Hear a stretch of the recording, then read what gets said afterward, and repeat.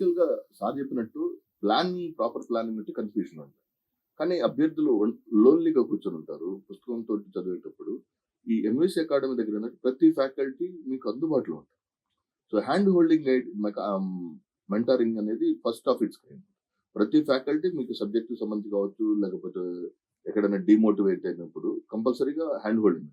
And నా personal suggestion ఏంటంటే యాక్చువల్‌గా ఎప్పుడు డిప్రెషన్ అట్లా డీమోటివేట్ అవుతామంటే డైవర్ట్ అయినప్పుడు. ప్రిపరేషన్ నుంచి డైవర్ట్ అయినప్పుడు మనం డీమోటివేట్ అవుతాం. డైవర్షన్‌కి ఇంకొక డైవర్షన్ తీసుకోమంటారు. సో, జనరల్‌గా ఏదో సామెత ఉంటుంది.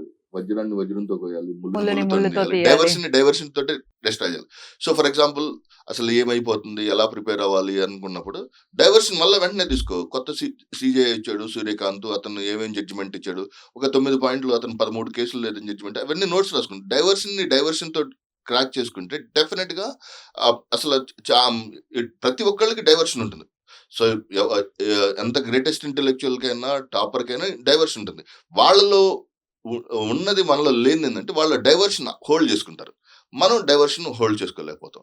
సో, ఆ డైవర్షన్‌ని ఇంకో డైవర్షన్ తోటి మనం డైవర్ట్ చేయాలి. ఏదో ప్రిపరేషన్‌కెళ్ళిపోదాం. లేకపోతే ఇంకో సబ్జెక్ట్ చదువుదాం. సో, అలా గనక ఫోకస్ చేస్తే and second thing is postponing the thing.